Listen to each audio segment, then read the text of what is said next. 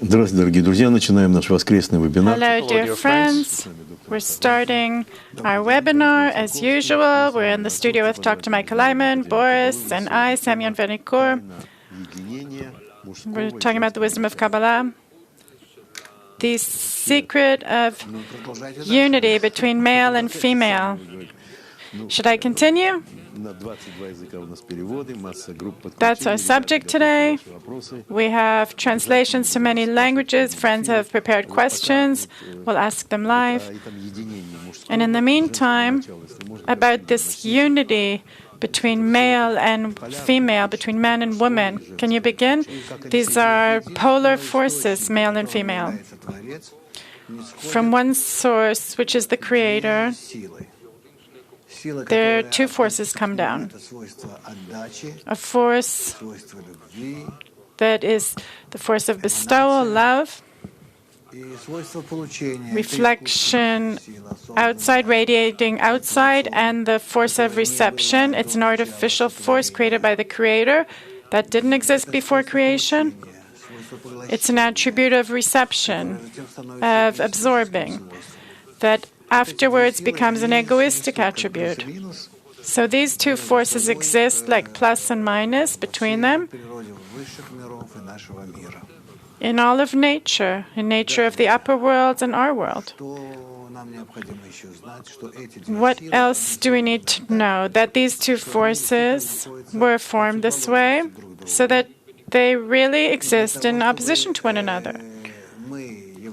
In order for us, we are the attribute, the negative attribute of receiving. In order for us to, precisely with the help of our attributes, determine the opposite force to us, the Creator, and not just determine it, but to create a certain contact with it. Like unity, like inside an atom. There's no positive or negative force that is separate. We always measure and feel and see them in oppositeness to one another. This is how a negative force that we created by the Creator, we need it precisely in order to define it so that we'll feel it. Because as the force that is positive and influencing, bestowing, and that is how we create contact. To reveal it, to see, to determine, to sense, to get further away and closer to it. To make a long story short, to see what state we're in against it. To learn its attributes. To absorb His attributes. Despite our being opposite, how can we, in our opposite state, be equal to Him? We're positive and not negative. It's a very not simple question. Of course, also the answer to this question. So we have a lot to speak about. It's not just the secret of unity between plus and minus, between the creature and the Creator, but rather not just the secret, I would say revelation.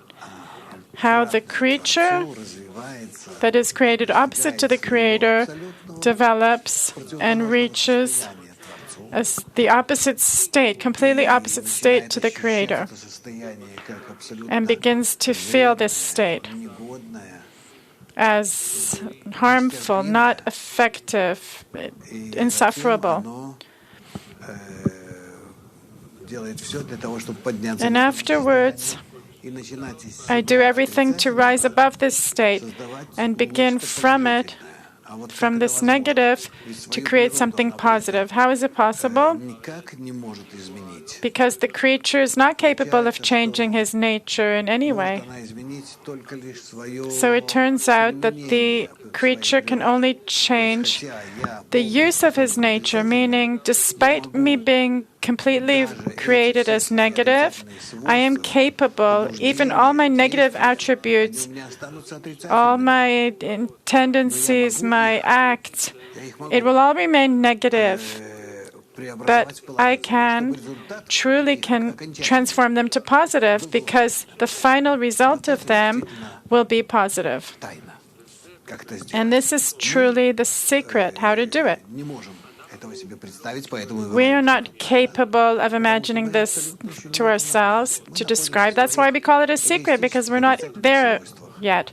We're in our egoistic negative attributes, and we understand that our whole world is one long ego. All of the static, vegetative, and inanimate nature, it's one long...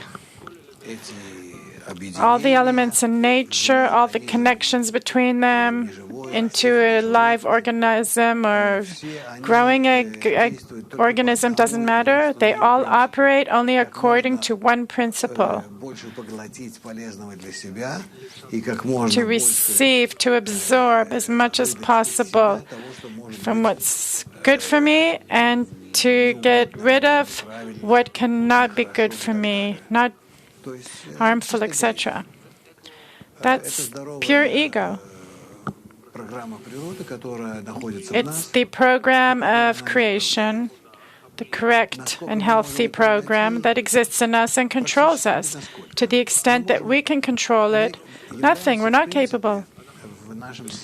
We actually, in our state,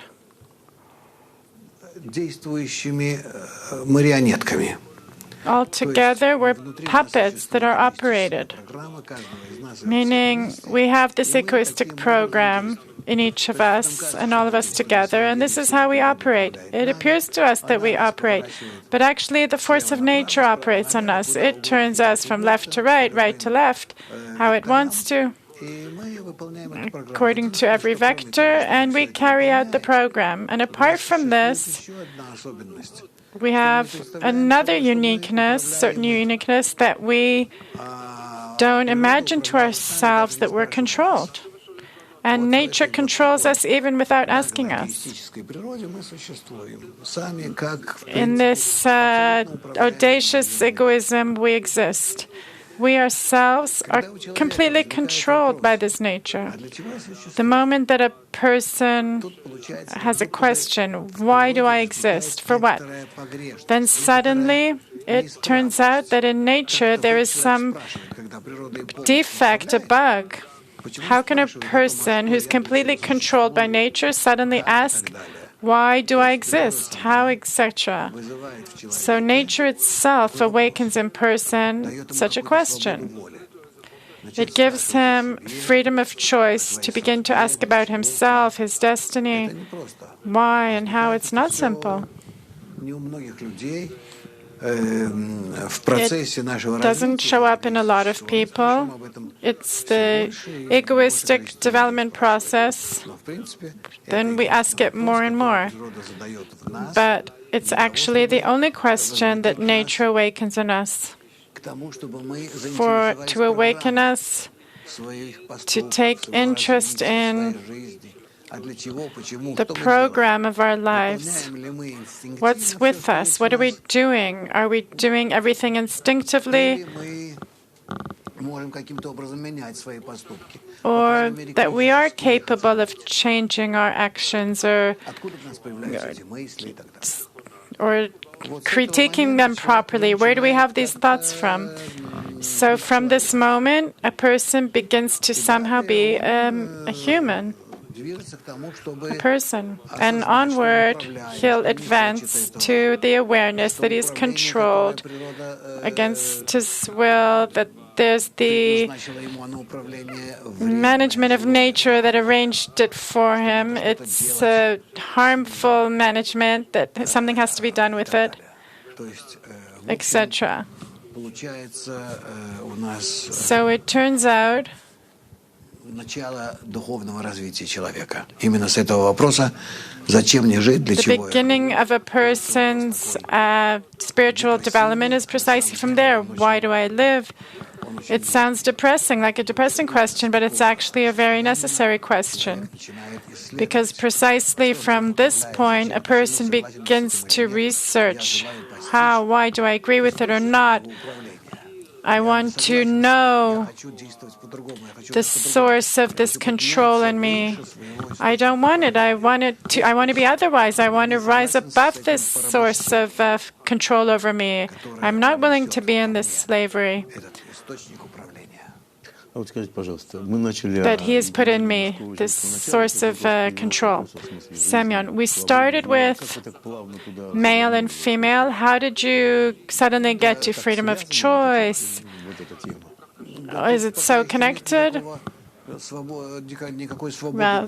in the meantime, we have no freedom of choice.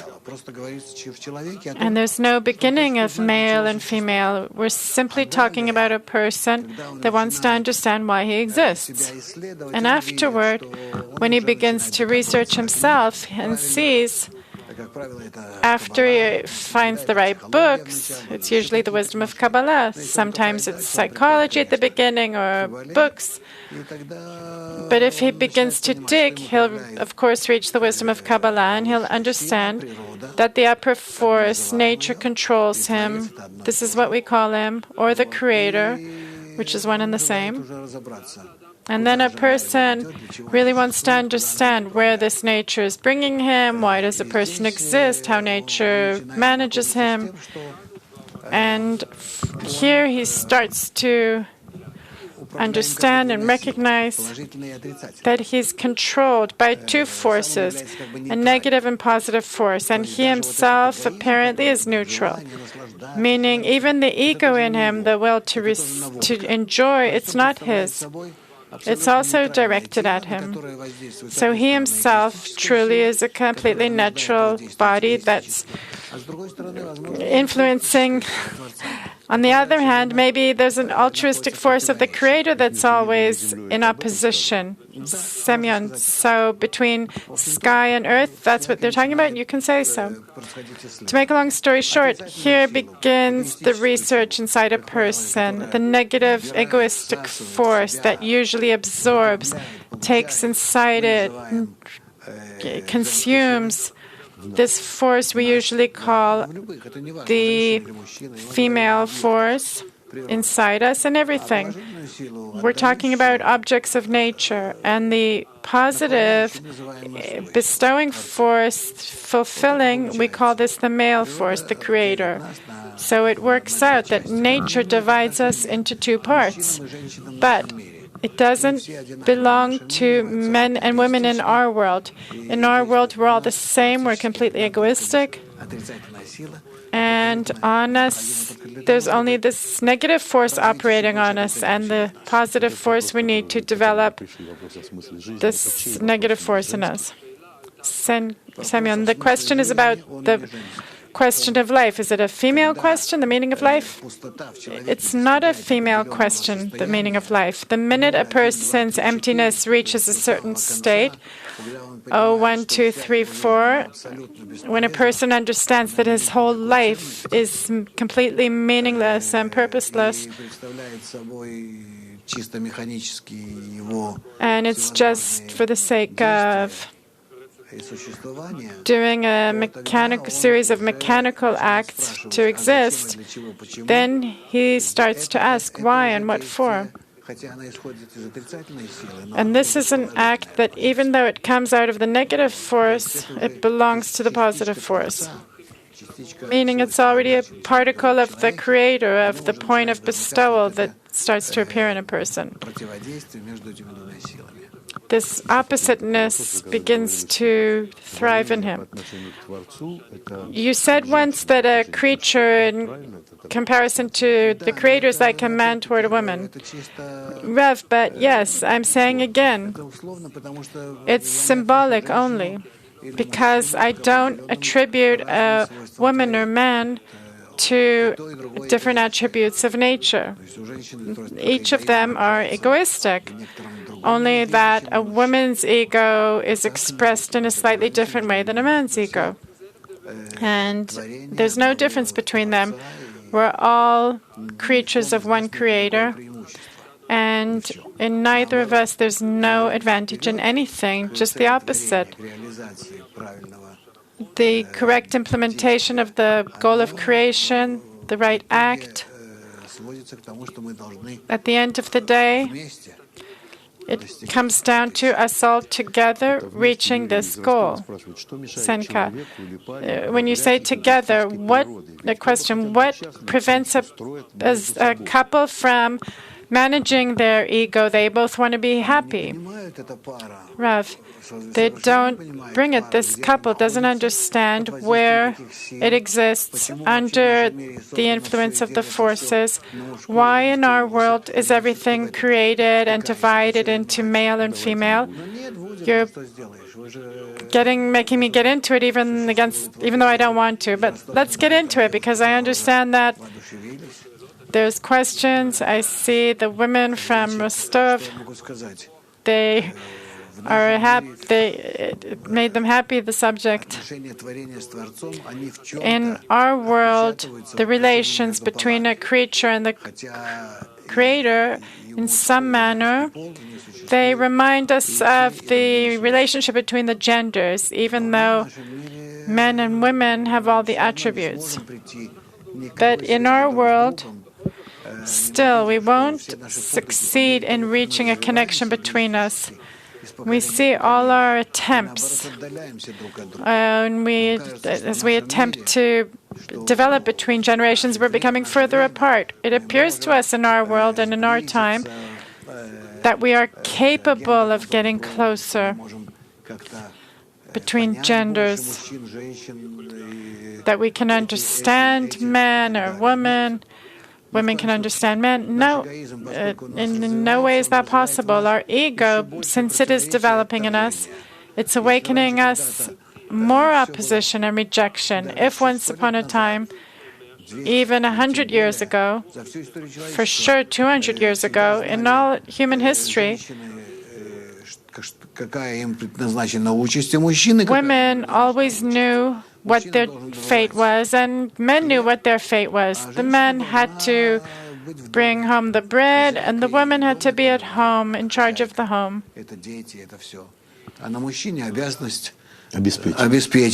She belonged to her husband, and the men had to bring home money for the house to function, and they had their obligations divided between them, and they went through life together like this.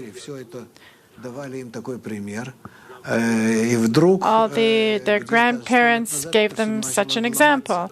And suddenly, about 100 years ago, everything started coming apart. By the way, it's interesting. In almost every country it began to happen. It's not that there's less developed countries or more developed. Of course, Sweden, Norway, countries that are more advanced than, say, African countries. But still, we see this breakage also exists in all the conservative families, even in Islamic societies that are more fanatic. It's happening there as well. The program of creation brings us to such a state when we're not capable of doing anything. The ego grew to such an extent that we're not capable. To put a woman into the home, for her to sit between the walls and educate the kids and cook soup, and the husband will walk around and make some money. No, it's impossible in any country. Therefore, we ask ourselves now, how should we continue to live? And here, precisely, we reveal the wisdom of Kabbalah, precisely to explain to us what is the correct connection between a man and a woman. That it's impossible to reach this connection today in the normal way like we used to. If once upon a time we existed and we were capable through simple psychology and explanations, we were capable of reaching contact and balancing out our lives.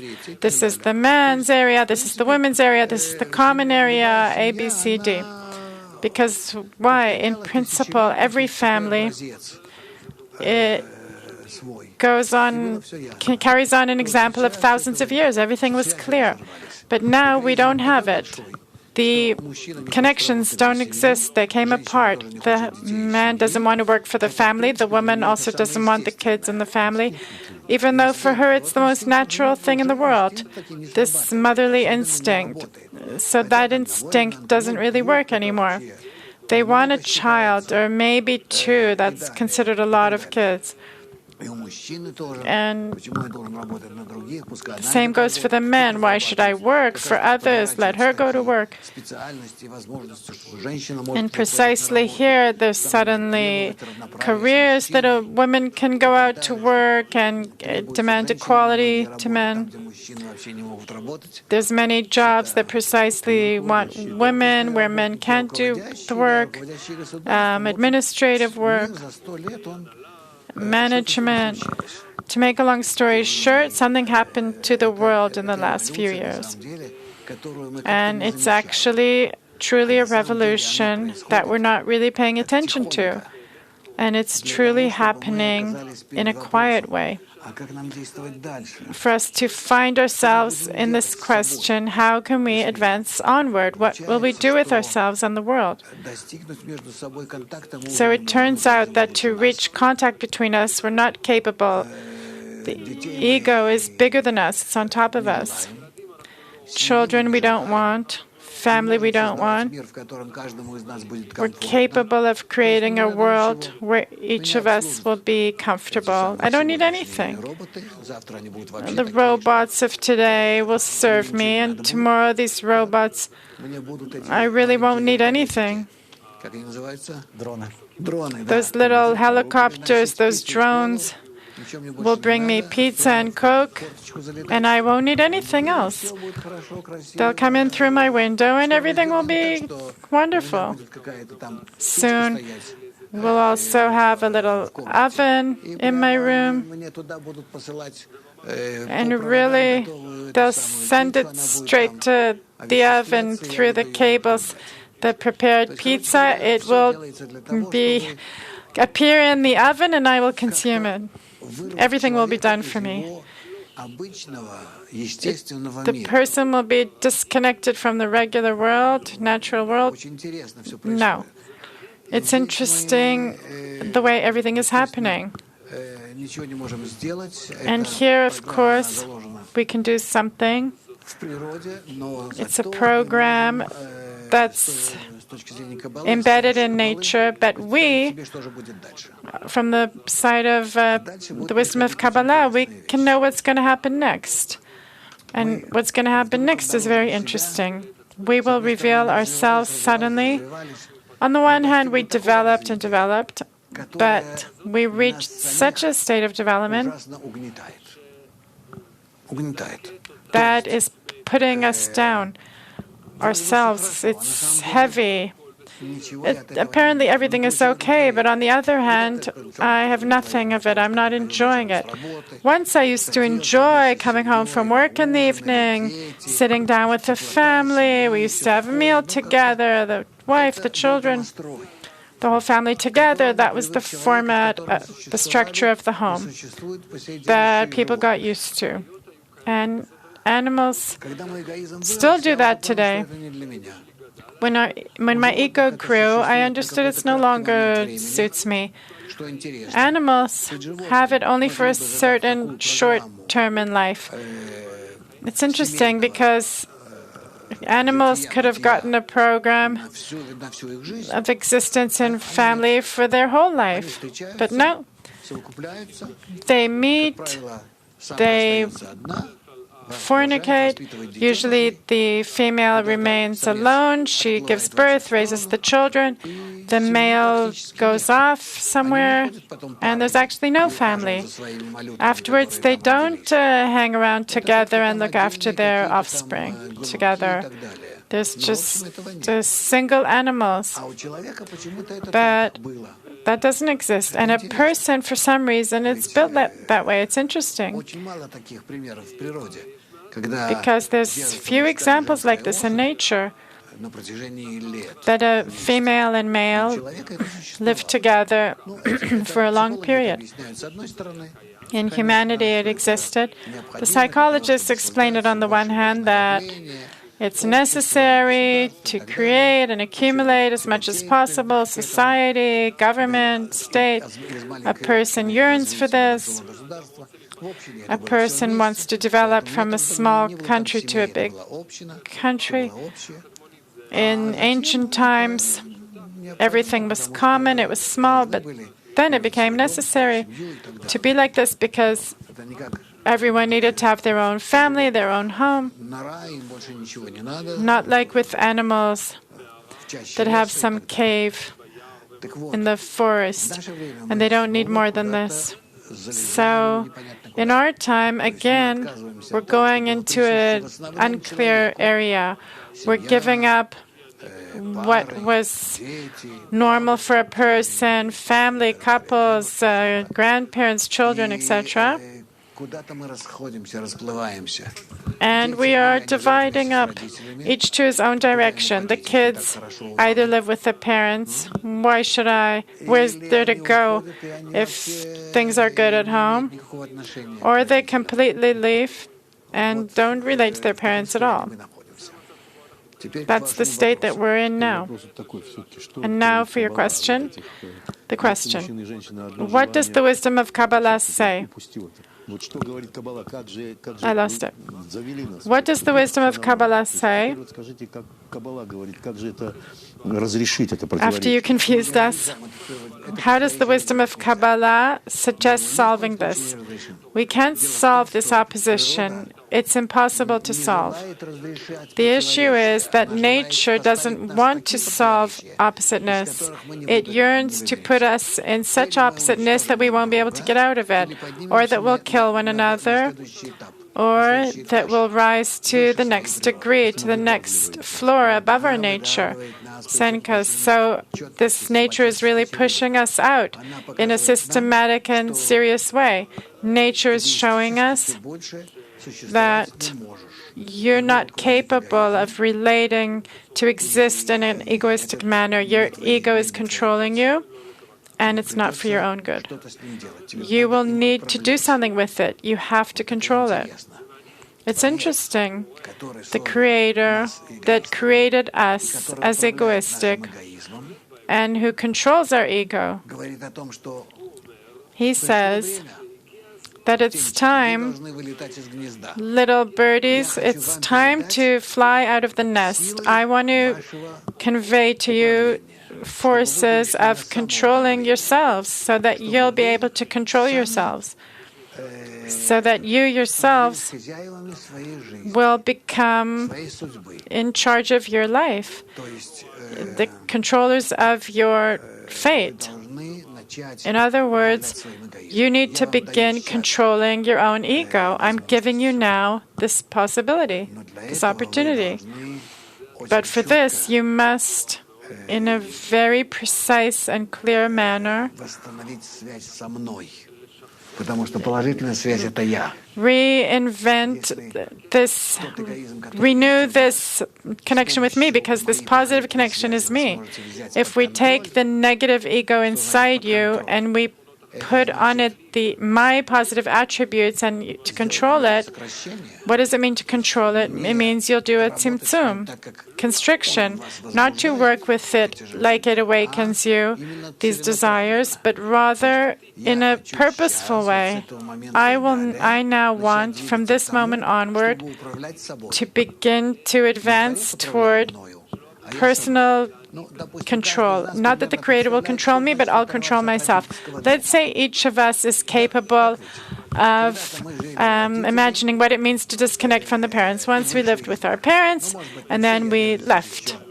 Okay, maybe not everyone. I see some young people among us. But let's imagine. So you left the house and you began gradually to build yourselves. It took time. On the one hand, we want to be free. On the other hand, we also rejected it because I like being free and also having the parents look after me. There was something like that, right? So this disconnection happens not in the most pleasant manner.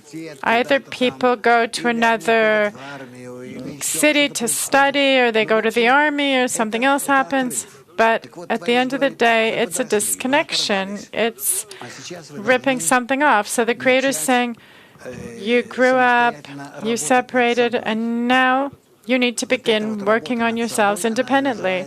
So this self-work is called work of the Creator, Avodat Hashem. Meaning, the moment that you become capable of taking from the Creator these two forces of control, the egoistic and altruistic, and begin to control by yourselves, like the horse's bridle, that I, the person, I'm riding the wagon, I'm holding the horse's reins, and I'm controlling my ego. Like the animal in me is controlling the animal.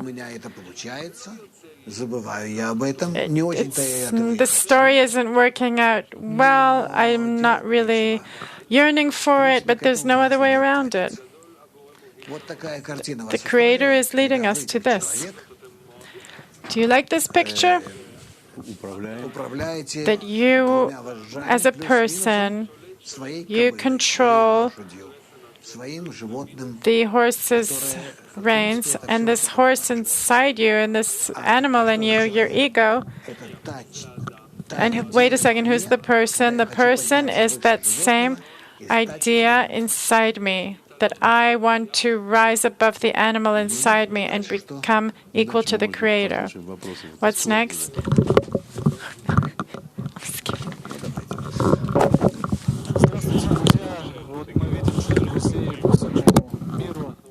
We see all the friends in the whole world, lots of women. The question is, how much is the woman's work important in the wisdom of Kabbalah? Is this a question for the International Women's Day? Okay, understood. No, so next webinar, which is going to be after the International Women's Day, we'll talk about that, right? Okay, so the question is how important the woman's work is in Kabbalah. What can I tell you? A man is more, just like in our world, a man is a more mobile creature. He's active, he's running, jumping, crossing oceans, and so on. But essentially what he's doing, as we say in the, we used to say, he's doing it for the woman. Everything, he's doing it for the woman in order to set himself up for his woman. And the woman is helping him, because without her help, he's not going to succeed in anything. That's why advancement in our world, in the spiritual world, is built on a very good, precise cooperation between the men and women, these two groups together, because receiving from the Creator his governance, his work, it's currently being actualized on us, in us. Here we need both the male and female rein. For instance, the male rein on the right is the right rein, and the woman's rein is the left. And in this way, we can make ourselves similar to the Creator. So we have the International Women's Day coming up on March 8th. And whenever we talk about women, we need to emphasize that Kabbalah gives a woman, I would say, an even greater role, bigger role than that of a man. We're going to talk about it in the future. For now, it may seem that men are more prominent. They have the more prominent role, but the truth is that it's the woman's desire, the woman's force, the woman's participation that is more prominent and essential. So this holiday, the International Women's Day, there is a good reason for it to be there. Раф, меня слышно? Да. Hello, Rav, can you hear me? Насколько могут нивелироваться мужское и женское начало? The men's beginning and women's beginning, to what extent can they be nullified as they advance spiritually? Can they be erased somehow? Rav, no differences. No differences between us cannot be erased. They will be actually more emphasized for their differences, but they become more polar. But when that happens, we'll be able to analyze them correctly and to work with them correctly. Imagine you have a plus and minus, and you have an engine between them. If plus and minus is 5 volts, a tiny engine or tiny motor, but if it's 500 volts, then it's a very serious, big engine, right? So we need to understand that the tension between us is going to grow between the male and female part of humanity. Women are going to demand more and more of what's due to them, and they will be right to do so. And we're going to be like children running away from responsibility, and we will be wrong to do so. But either way, nature is going to force us to use each other correctly so as to activate the optimal tension between us, this engine, for it to work correctly between us and on everyone else. So don't think that we're going to move towards greater unity between us. In fact, we're going to be moving away from unity and towards discord and splitting. Today, we see women rising up and demanding equality at work, even though it doesn't exist yet, far from it. And for now, they want to be represented in the government and all kinds of bodies like that. It's not going to... We're not only going to have to acquiesce to them, but also give them such an opportunity, because we're going to understand that you cannot have plus without a minus in nature, or minus without a plus. So we're always going to need to aspire to balance, equilibrium between the female and male part. Not physically in the workplace and in the home and so on. No, in everything. You will see yet, even in our time, professions where there was never any women in these professions, and you will see them being filled by women from left to right. They are entering these professions and they're correcting the men in them. We can't turn back. We simply need to understand this movement, this trajectory. So let's be ready for it. That's one. And two, it's not that this is what we need to do, present the opportunities. No. We need to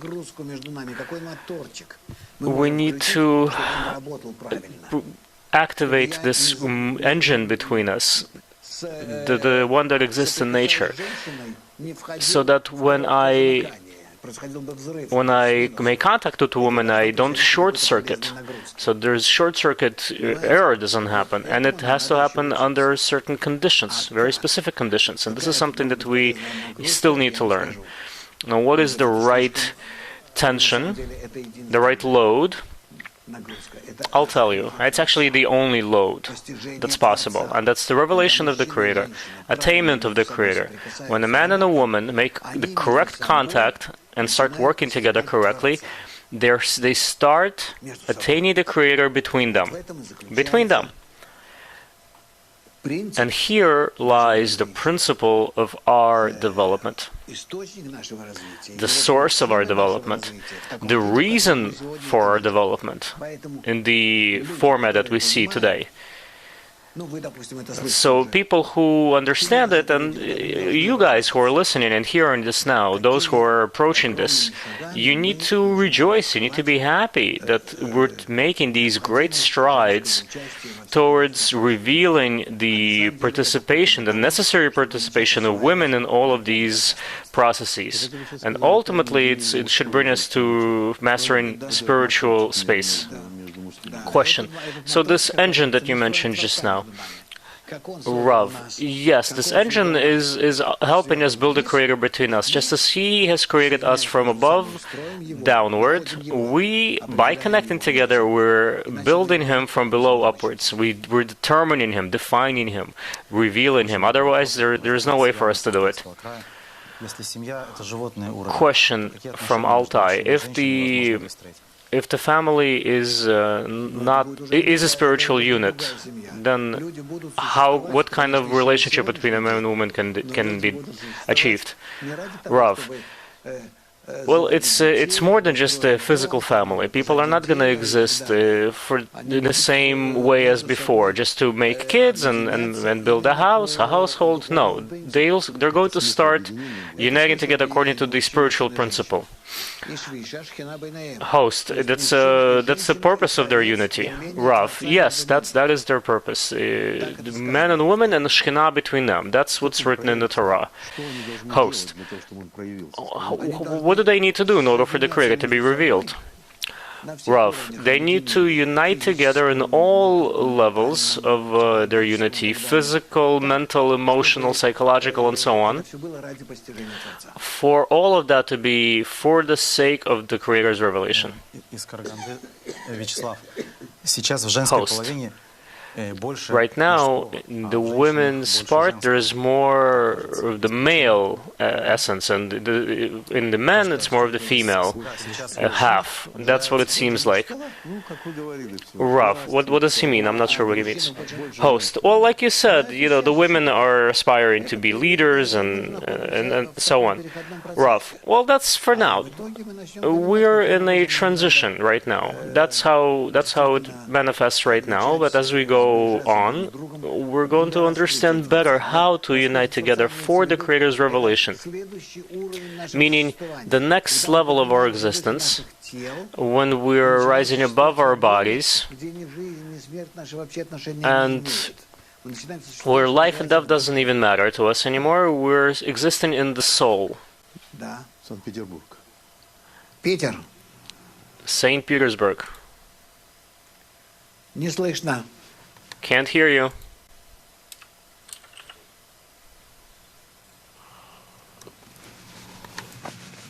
Не слышно. We can't hear you. So maybe we'll ask a question from Sonia. Why is it that in many cultures a woman has an inferior role? Rav. Because all cultures are egoistic. And because the man is the emanation, he's similar to the Creator, the male part, and the female part represents the creature, then it's as if the woman is always on a lower level. Krasnoyarsk? Раф, а вот я, например, считаю, что у женщин в некоторых... Rav, well, I think that women have more rights in certain areas. For instance, when conceiving a child, only a woman becomes the master, the mistress of the child, and she can decide whether to have an abortion or not. No one's even going to ask the man about that. Rav, we're not talking about rights that nature has determined in us. So all of your complaints about who's responsible for what, men or women, it doesn't matter. We have nothing to do with that. I don't even want to get into these discussions. It's not going to give us anything. Sochi. Если женщина не занимается каббалой, а мужчина... If a woman is not studying Kabbalah and a man is studying Kabbalah, they have different interests, different goals. Can there be some sort of harmony between them that can be created? Rav, on a purely physical level, on the level of family, if they care about their family, then yes, of course.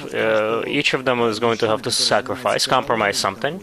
The issue is that a man who studies Kabbalah, for him it's much more difficult to compromise and pay a lot of attention to his woman, his kids, because Kabbalah occupies his mind, his heart, everything about him. So this is a problem. But I still think, look, again, it's a transition period. We can't escape it. We have to live through it. I think that very quickly it's going to turn to a typical, just the way things are, right? You'll have these people, those people. Today, either way, a family is has like a very wishy-washy definition. Like it doesn't really matter that a man is studying Kabbalah, like he goes to study somewhere at night. You see these things all around. You have families, they're all ugly and disfigured in their own way. So it's similar to that. Tbilisi. Greetings. When a man and a woman, a husband and wife, start studying together, studying Kabbalah together, what should they do? How can they help each other, or what can they avoid? Rav, I don't know if as soon as they start studying, they start thinking of how to help each other. Each of them is going through their own individual states, and you need a lot of time, months, years even, before they start realizing that there is something that they can do together, cooperate, invest spiritually. Several years will go by before they'll realize that the soul, that they have one common soul between the two of them. It's not simple. It's not going to happen today. We are at the very beginning of the path. So the best thing to do is to not get in the way. That's first and foremost. Each person has their own development. So you're a woman, you understand perhaps that kids before age of 3, they can't play with each other. They each play by themselves. Each child is sitting alone and playing with his own toys. If you tell him to play with someone else, he doesn't understand how to. He doesn't have that very clear sense of society, of someone else aside from him. The same thing with respect to Kabbalah. When we start studying Kabbalah, we don't feel others. We just close into ourselves, and that's it. So when this is happening, don't bother your husband or your wife. Let them develop to this level first independently. Moscow. Dear Rav, hello. I have the following question. What was the attitude of your teacher, Rabash, to the relationship between man and woman? I recently read a book from your teacher, a very interesting book. I read it in one sitting almost. And I'm just very curious how you talked about these topics with your teacher, about his family. Rav, well, there's nothing I can say about Rabash's family specifically. What I can tell you is that his wife understood what he was doing, on the one hand. On the other hand, she herself was not engaged in it. It was a different time. It was a completely different age. You must understand, they were born at the beginning of the 20th century. So there is nothing that can be said about it. It's a completely different age, era, society. That's not us. That's absolutely not us. Even I wasn't like him in any way at the time. Host, you were saying that there was a very strong connection between them. Rav, there was an inner connection between them. He felt her and she felt him, even though they were not studying spiritually together. This is why I'm recommending, and I'm telling you about what's going to happen in your future, but it's still in the future. And I absolutely do not recommend for such relationships to be imposed on anyone in the family. St. Petersburg. Can you hear us now? Okay, good. So, again, my name is Clara, and my question is, can light come into the woman through a man who's married?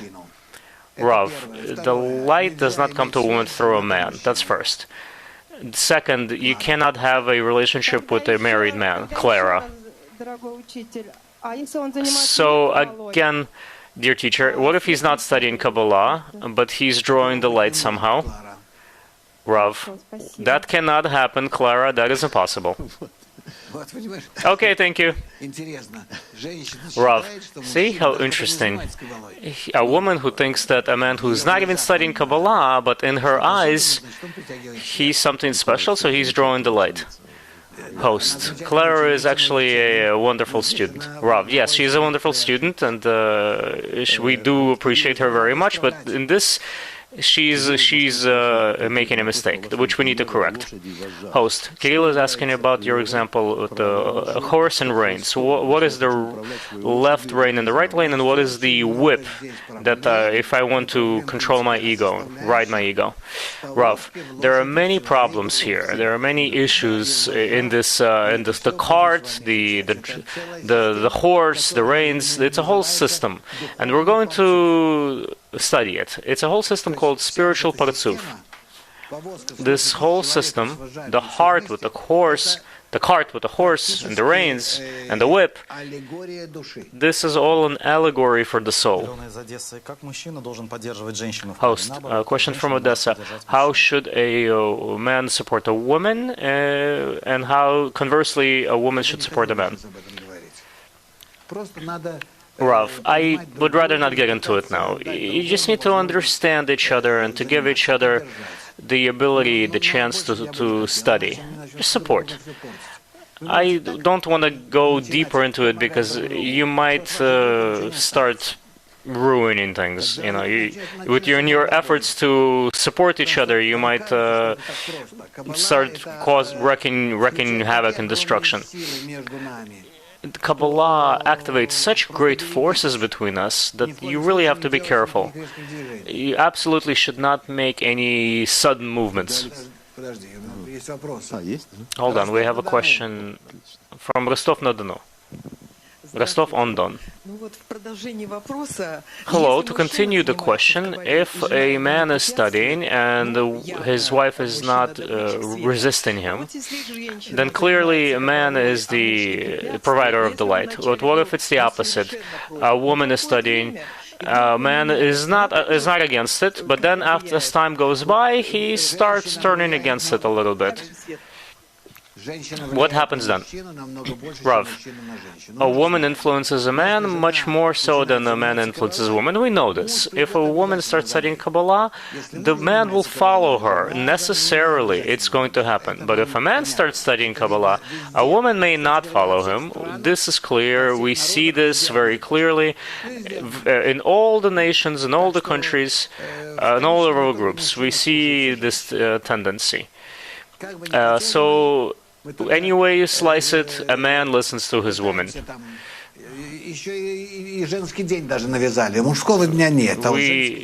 We even have a Women's Day, International Women's Day. There is no Men's Day, right? The woman always thinks that she doesn't get enough attention. She wants more and more and more.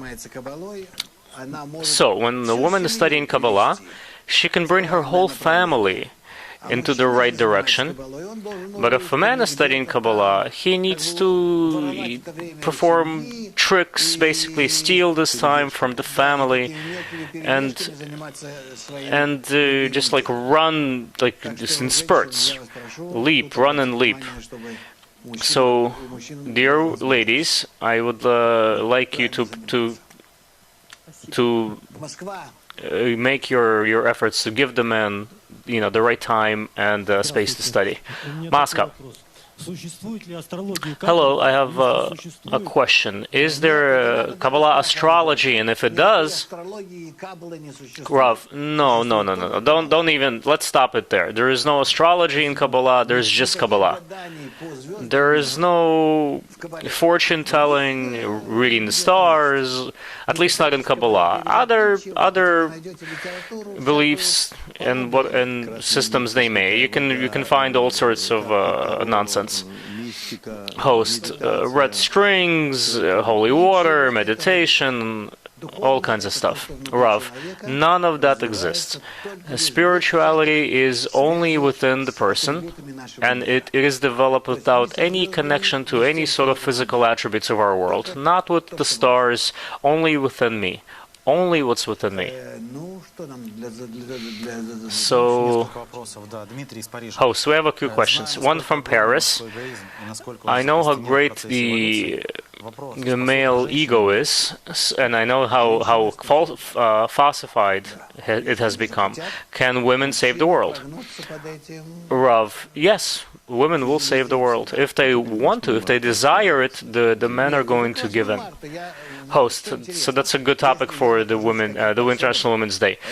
Rav, no, even beyond that. If whenever I'm in a society in very different countries and cultures, and I ask, how are things in the home? Who's in charge? Yes, in Chile, I asked this question, and either I hear this big male question, oh, of course, it's me. You remember how his wife responded? Oh, please, what are you talking about? Yes, and he immediately kind of like fell quiet and started looking small and meek. And this all stems from the spiritual root.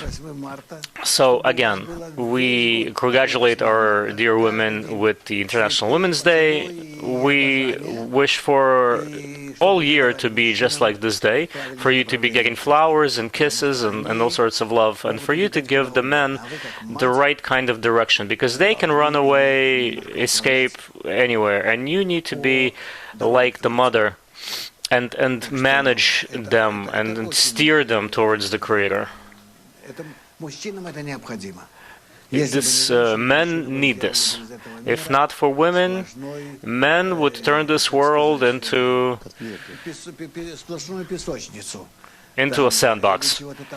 Just one big sandbox. All sorts of touristy entertainment and race cars and sports and anything other than the right kind of development alongside women. This is indeed the case. So, and especially this is true in Kabbalah. So we can see over the past 100 years how women rushed forward, became independent, infiltrated all of governmental bodies. That's because we're moving towards the correction of the world in which the female force and strength and devotion, all of these things are necessary for the attainment of the upper goals. So, men, listen to women. And in every group, I recommend that you raise this women's force as much as possible. We're still in development, obviously, but you do need to give them the chance to shine and allow them to take advantage of their constancy, their devotion, their dedication in the group. Host. So a few announcements. We still have campuses in Moscow that are going to start soon, and also there is a registration to a new course, The Fundamentals of Kabbalah, and the Kabbala Academy site is open. It opens once every 6 months. It's a very serious study course, and whatever comments and feedback you want to talk about, you'll be able to do it there. Rav, do we have a task for the week? Rav. We don't have a week. We have 4 days until March 8th, the International Women's Day. We need to prepare, and we need to congratulate the women in all of our groups, the entire world, for the women that are studying with us, our faithful helpers and partners. We need to be grateful to them and show this gratitude to them. And we're all going to reach the goal together when we support each other and work together. So I wish you the best of luck, the best of success. I want all of you to be as successful as possible. I truly wish this for all of you. Farewell.